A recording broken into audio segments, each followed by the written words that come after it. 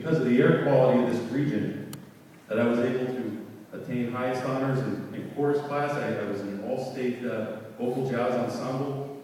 I performed on the stage for 4 years at Delaware Valley Drama Club. I was also an athlete on the baseball team.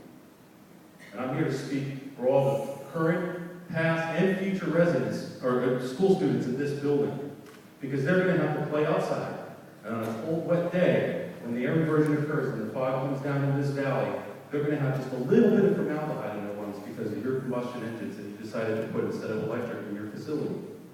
And I want to ask you one question. If someone had an inhaler with just a little bit of formaldehyde and a little bit of NOx, and a little bit of volatile organic compounds, I want that to a child in your family, or a grandmother with emphysema or COPD in a senior care center, and every day just put a little bit in their lungs, without their consent, just held them down and put a little bit in their lungs.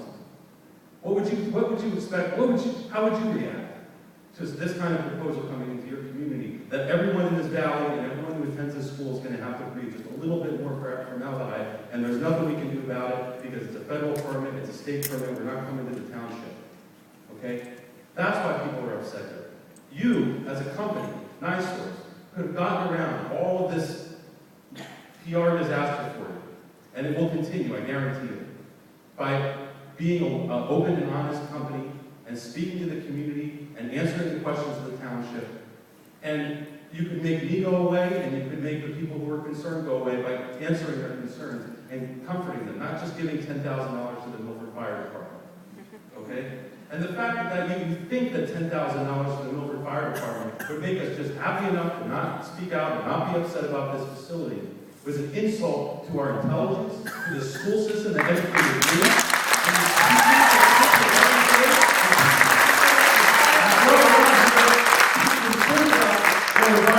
Concerned about their government to be civic participants in our school board and our local government.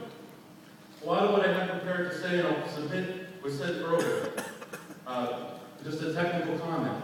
The blowdown emissions and the condensate tanks are not included in the totals for the plan approval application and must be included. There has to be estimates included for you to have a complete assessment of what the emissions will be from this facility.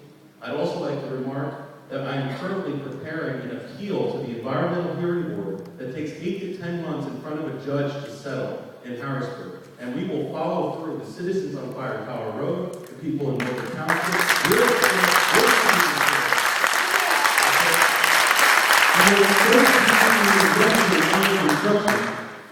Which is called a supersedious in front of an environmental administrative law judge, because your permit application is deficient. So feel free to rescind it and re-engineer the facility with your best available technologies and resubmit it, and you can make us all go away. Or you can proceed through this process with through the Environmental Hearing Board, and we'll see you in court. And the second place we're going to take you is the federal court, which we just took your business partners, Kinder Morgan, for this Tennessee pipeline. And the federal panel of judges decided, because Joe Zenas and my father found witches piling in the woods, that the environmental assessment was deficient because Kinder Morgan segmented their Tennessee pipeline upgrade.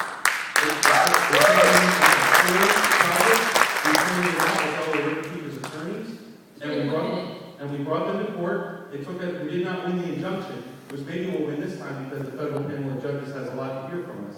Because you have segmented this project. This compressor station is part of upgrades for the Millennium Pipeline, the Hancock Compressor Station, the Minnesota Compressor Station, the Columbia Pipeline System, which you upgraded across my road and walk tavern down in Higgins in 2010 and 2011, another upgrade. And you segmented all those permits into different projects that you said to FERC and to DEP that they're all different, they all have different demands. Well, they're all connected. And Kinder Morgan tried the same thing, and we beat them in court, and they remanded the thing back to FERC.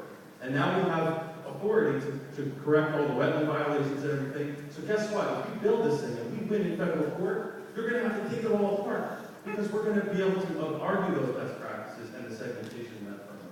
Okay, and we're going to be following you for 3, 4, 5 years in court, and the cost of the electric compressors versus the cost of going through with us is going to be. So your time's up.